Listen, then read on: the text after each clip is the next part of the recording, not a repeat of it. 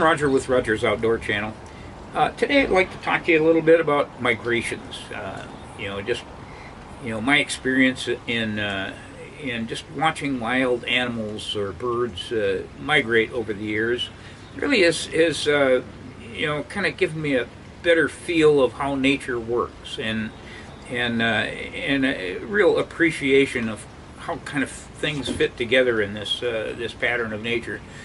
Not all migrations are the birds that get, fly down from Alaska down to Mexico or something like that. The ducks and the geese that are flying down. I enjoy them. I mean, we've got a spot near Mount Vernon where every fall and spring, in the fall, the birds are coming down from Canada going south. In the spring, they're coming back from the Mexico or wherever and heading north. And they know exactly when the farmers are planting their fields or harvesting their fields. It's just sort of a built-in magnet that they have, and what fields to go to, etc. And they hit the same ones every year, and it helps them survive. But other things migrate also. I've driven across the west and watched antelope.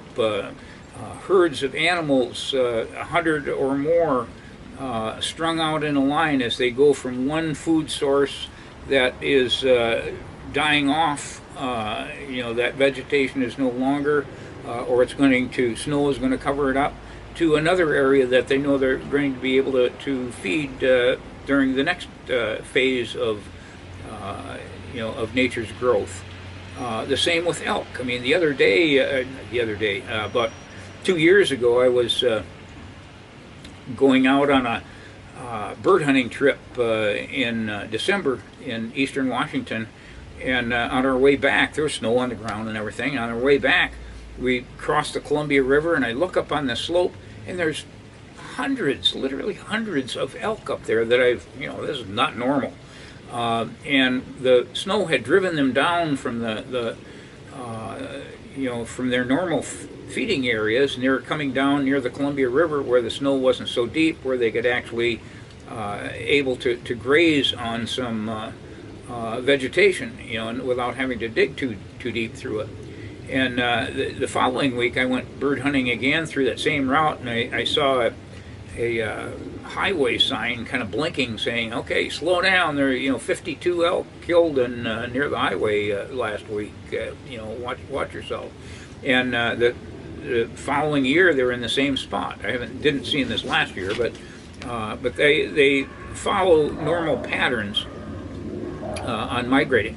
We've but there's again other migrations. We've gone down to New Mexico and watched the monarch butterflies collect on trees. That you can look it up on the internet exactly where to drive to, and you see these trees, and it looks like a Christmas tree with all these decorations on them. These butterflies cluster together for warmth as they're migrating through, and you read a little history of it, and the butterfly you're looking at might have started out up in Canada somewhere, and this is the fourth generation. This is a great-great-grandchild of that butterfly, because they only have a limited lifespan, and they'll actually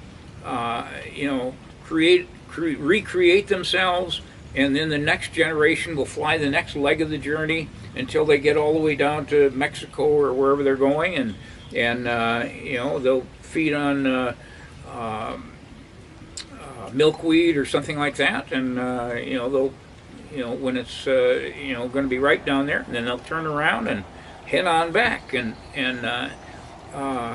or the swallows at Capistrano, or there's all kinds of animals that have these regular routines that to go from one food source to the other. I can remember driving through the west one time where they say deer migration route, and we were driving a little bit late that day, so it actually got dark, and I remember just looking out my headlights as I went around this curve, and you see all these eyes looking at you, out through the out in the sagebrush area where the deer had just crossed the freeway in front of us.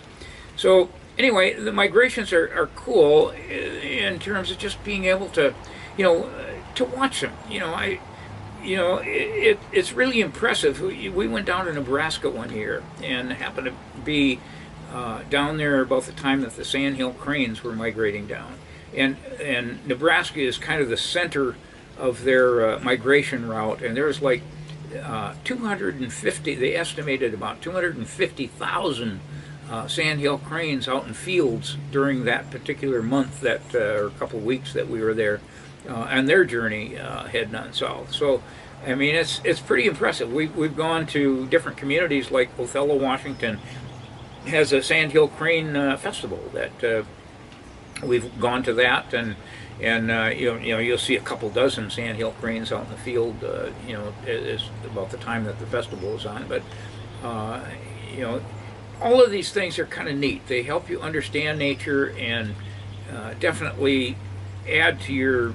It's one more thing. If you like driving vacations, etc., it's one more thing to do. If you like seeing wild animals, birds, and that sort of thing, it's just gives you, hey, it adds to the trip. It adds to the enjoyment of the week of your life. It's just it's your opportunity to observe nature a little bit in a little bit different way than you see them on a day-to-day basis. So hope that that you get to see a few of these migrations yourself, and if you see me watching too, don't forget to wave.